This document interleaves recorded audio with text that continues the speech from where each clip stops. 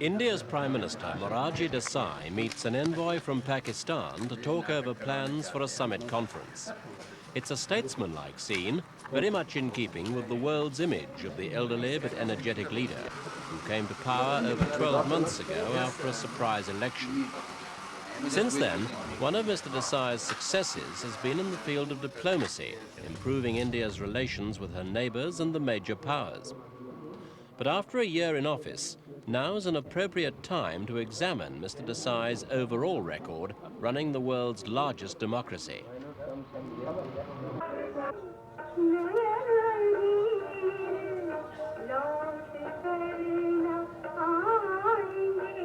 Governing India is no simple task, even with the accumulated wisdom of 82 years. But Mr. Desai's problems couldn't have begun closer to home. His own party, the Janata Party, whose victory ended 30 years of Congress Party administration, is itself in disarray. Desai's at loggerheads with Jagjeevan Ram, currently defence chief, and the man whose defection from the Congress Party contributed to the formation of the Janata Alliance. Many senior ministers are at odds with each other and with Mr. Desai. The cracks in the alliance have become embarrassingly public knowledge. The root of the trouble, say Mr. Desai's critics, is that lavish promises were made to the electorate, pledges that could not be instantly met. Janata's slogan of bread with freedom sounded straightforward enough. Yet there are considerable obstacles preventing such a dream becoming a reality, even in the India of 1978.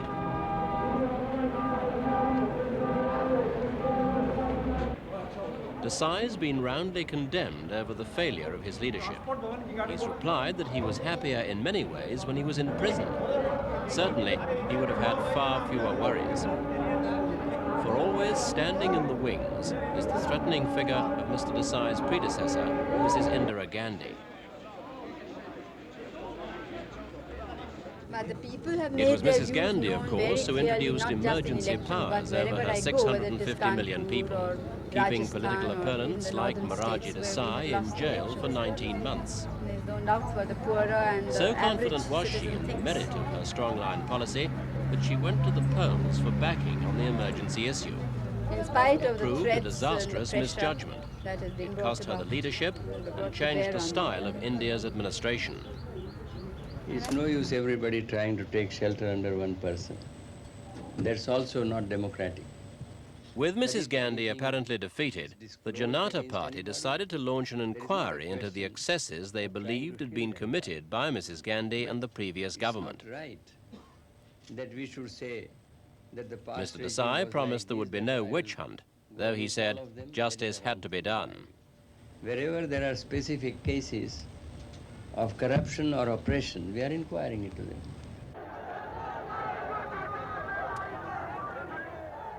Although Mr. Desai, as new Prime Minister, went ahead to investigate corruption, other problems have since taken up much of his time and energy, not least the job of actually feeding India's enormous population.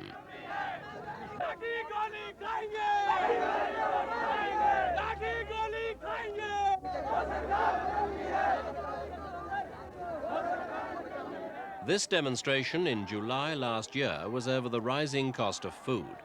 For fighting inflation is as big a challenge to India as it is for more highly developed Western nations. Cooking oil, for instance, doubled in price over a few months last year. And if it hadn't been for a particularly good harvest last season, the spectre of mass starvation could have haunted India once again. Demonstrations over food prices have highlighted the growing use of police to control potentially explosive situations. It's ironic that the Janata Alliance swept to power with a pledge to end the repression of Mrs Gandhi's emergency powers. Yet the present government now relies on the same security forces wielded by the former Prime Minister. One such clash in Uttar Pradesh claimed the lives of 12 people, according to official figures. Local estimates put that closer to 160.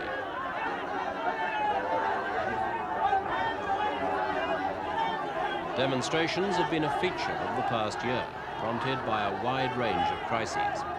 Taking part, pro-Gandhi supporters, students, the unemployed, and, most poignant of all, the poor and hungry.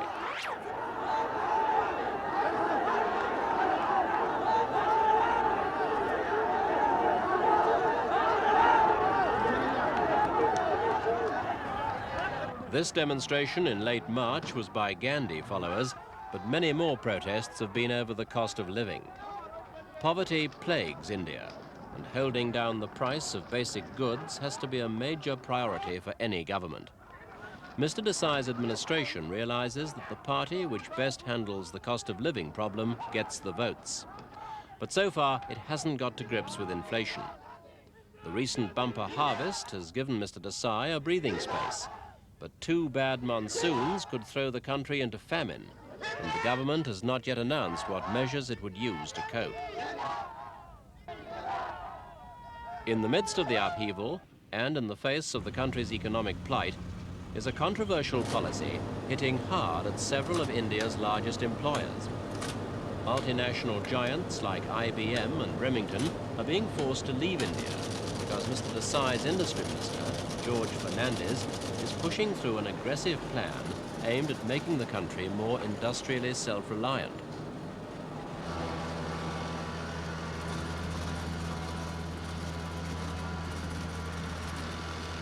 Mr. Desai opposes overseas companies which sell on the Indian market, then take their profits out of the country. By mid-1979, IBM will have pulled out completely rather than agree to selling a majority of its shares to Indians. That's a vacuum that will be felt by at least 300 subcontractors currently doing business with IBM. The same is true with more than 70 other companies. The massive Coca-Cola firm is one of the biggest multinationals to quit. This factory is Pure Drinks Limited of New Delhi. They've been bottling genuine Coke under license here for over a quarter of a century. But the contract's now at an end, thanks to a row between Coca-Cola and the Janata government.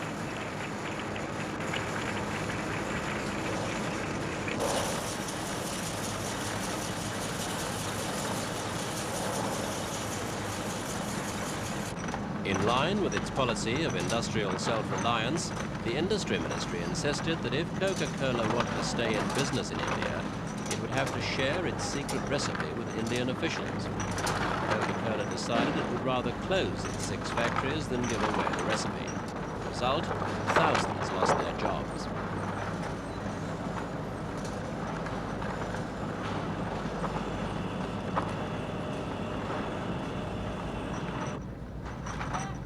Incidentally, the Indian-brewed substitutes for Coke haven't proved half as popular as the real thing.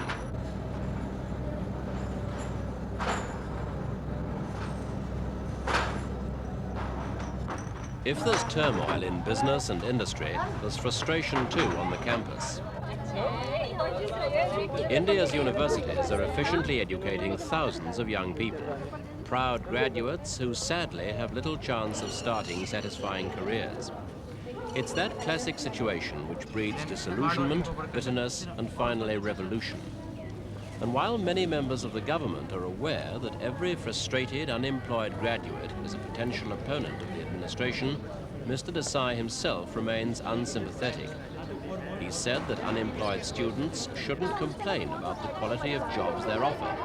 Indeed, more should work in simple cottage industries. That, says the Prime Minister, has always been the backbone of the Indian economy. Whether that's true or not, his country's unemployment problem is rolling on to crisis point. Although Janata came to power promising to refashion Mrs. Gandhi's economic programs and stimulate growth, no sweeping changes have been made to boost job prospects. The government said it's aiming to create 10 million new jobs each year for the next decade, a staggering task. But the Industry Minister, Mr. Fernandez, says it's a perfectly realistic target. Currently, though, 40 million Indians are known to be seeking work, and the Jobs for All plan remains hardly more than a catchy slogan. An open hand is the sign of India's latest political party. It's an opposition group that's profited from the rising unemployment, inflation and disorder, and it's been getting a lot of support.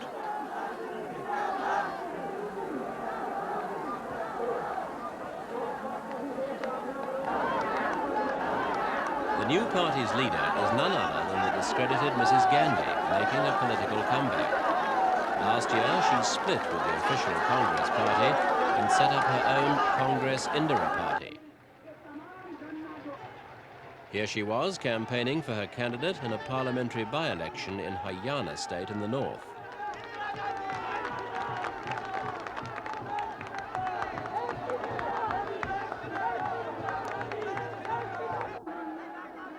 In recent months, Mrs Gandhi's campaigned almost non-stop, and her candidates have notched up an impressive series of victories in parliamentary by-elections and in state elections. In fact, so many Congress members of both houses in Parliament support Congress Indira that it's now formally recognised as the official opposition. Mrs Gandhi herself, though, has not been able to become official leader of the opposition. She lost her parliamentary seat in the election that toppled her from power last year. But there can be no doubting the popular support she now has. Some people may support her because they see her as the leader of the Congress movement that led India from independence until last year.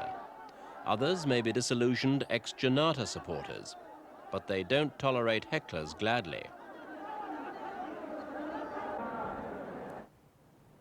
Mrs Gandhi is in no doubt that she's still the Indian nation's natural leader. Roving reports spoke to her after the breakaway party won sweeping victories in southern state elections earlier this year. It's obvious to anybody who lives in India that the people are with me, not only in the southern states, but wherever I have been, and I've traveled fairly extensively in the northern states as well. They're with me because they know that I have worked sincerely for them. And our programs, although they were not as fully implemented as we would have liked and the people expected of us, still they were doing things for the weakest and the poorest sections. Now, the Janata Party did such tremendous propaganda at the time of the parliamentary elections that the people were misled and they thought they could do more. They found in these months that far from going further, what we had done is being undone, and there is no real program for people. And the other situation, that is a law and order, crime, prices very high in the market, but very low so far as the farmer is concerned, for instance. All these is causing deep distress. We left the economy on a very sound, stable base, and this has been acknowledged by World Bank, International Monetary Fund, and all the world governments. In the short time of less than a year, they are reduced to selling our gold reserves. They're also auctioning off national treasures such as priceless, fabulous historical pieces of jewelry belonging to the Nizam and so on. And generally, I think national interest is suffering very much, and I don't know how the situation can be recovered even in the future.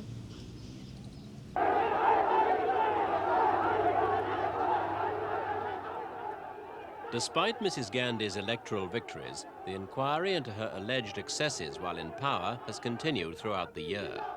The allegations clearly didn't change her position in the hearts of her supporters.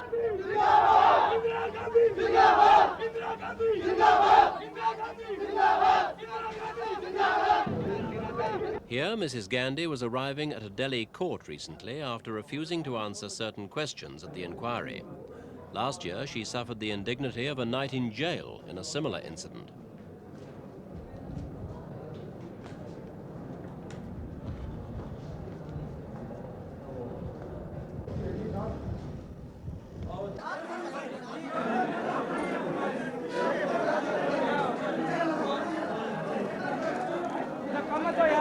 This time, Mrs Gandhi was freed on bail at the end of the hearing. She called the charges against her a political witch hunt. It seemed to make the best of the publicity and controversy afforded by such public appearances.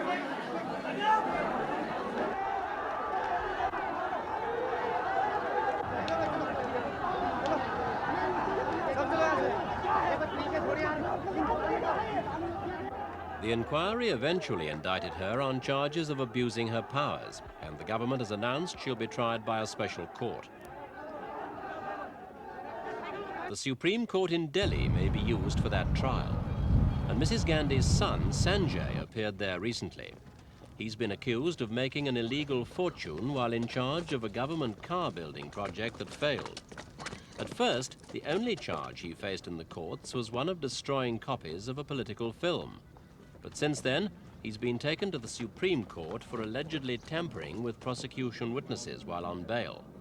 The prosecution brought the charge after one of their witnesses suddenly turned hostile during the trial. They claimed this was the result of undue influence from the ex-Prime Minister's son. Two lower courts had earlier refused to accept this and revoke Sanjay's bail. But the Supreme Court accepted there was enough evidence to back the prosecution claim and ordered Sanjay to jail for a month. Even so, he was granted privileges like special food, reading material, and a proper bed.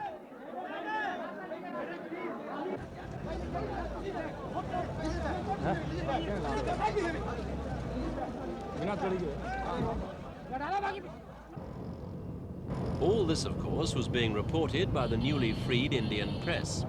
It was muzzled during the emergency, and since Desai took that muzzle off, it's not restricted its attacks to the Gandhis. The new Prime Minister has also come in for criticism from the media. In fact, both he and Mrs Gandhi have got into trouble through their crusades to bring social change to India.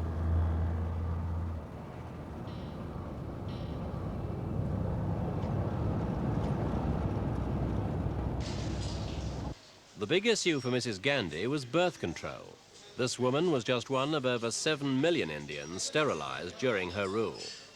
The country's population is 1/7 of the total number of people on Earth, and Mrs Gandhi set out to cut the rate of its growth. All the women and men sterilized were said to be volunteers, but there were widespread claims that local officials had been overzealous in their birth control drives and forced people to be made infertile against their will. There was even talk of passing a law that would have meant one member of every married couple with 2 children would have been forced to volunteer for sterilization. The birth control issue has been seen by many as a major factor in Mrs Gandhi's election defeat, and a sign that she was unaware of what the effects of her policies actually were.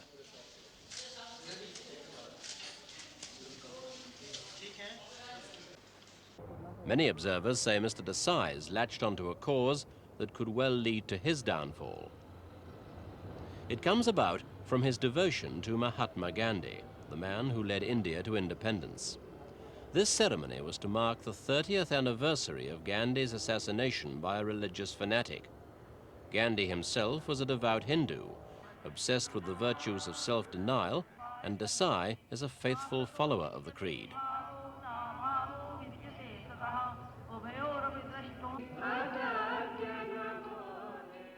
Gandhi preached that people should spin cotton for their own clothes and be generally self-sufficient. He also claimed they should never drink alcohol.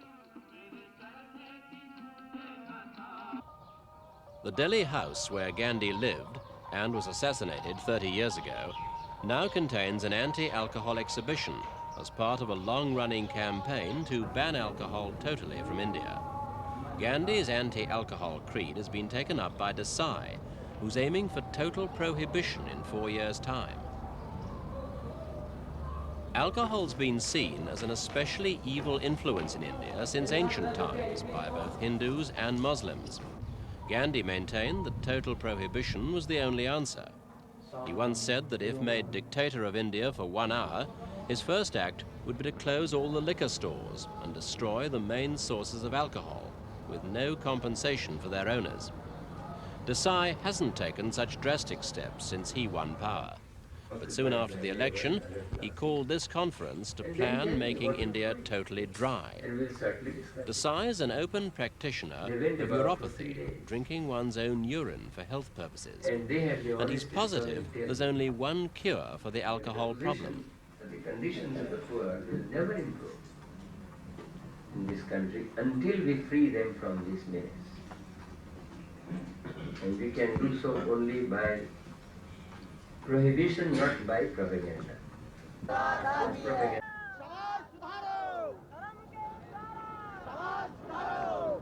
Desai's campaign has gained much popular support. Its critics say the country's tax income would be badly hit by the loss of liquor duties. But the prohibitionists believe an alcohol-free nation would work harder and be more prosperous, easily making up for the lost liquor taxes. Appeals to state high courts have delayed government attempts to declare new dry areas in the provinces. Some areas have always been alcohol-free. But Desai's taken firm action to limit drinking in Delhi. Ironically, journalists were among those hit when bar licenses at the city's main clubs were recently withdrawn. People in the news business have a reputation of being fond of a drink. India's no exception. In Mrs Gandhi's day, they never had a problem getting one. At the same time, the local news media were not free. Now they've been free to tell the truth and relax in an alcohol-free club.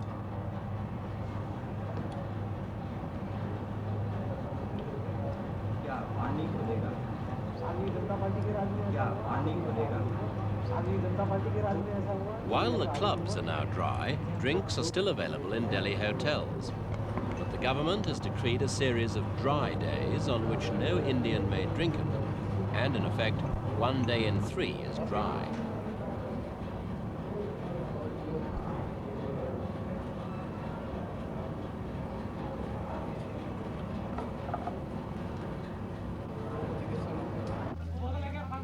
But it's drinking among the mass of the people that Desai wants to stop.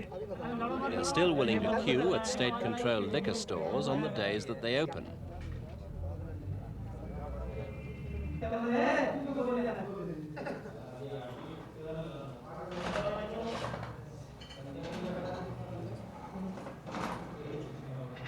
These labourers are prepared to pay nearly a day's wages for a bottle of liquor.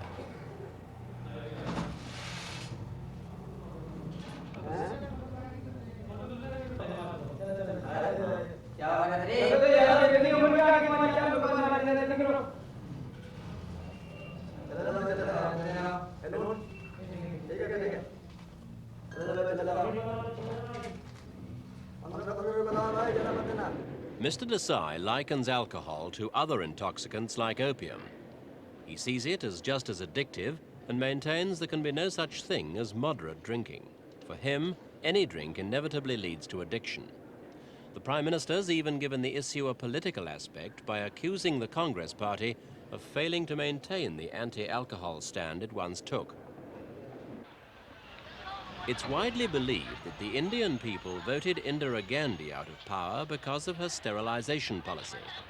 Political advisers have warned Mr Desai that his complete devotion to the prohibition issue could split the Janata government, which is a coalition of 5 different political groups brought together only by their opposition to Mrs Gandhi. So far, Mr Desai's acted as if his 82 years have left him slightly deaf, and he seems determined to give Indians what he thinks is good for them.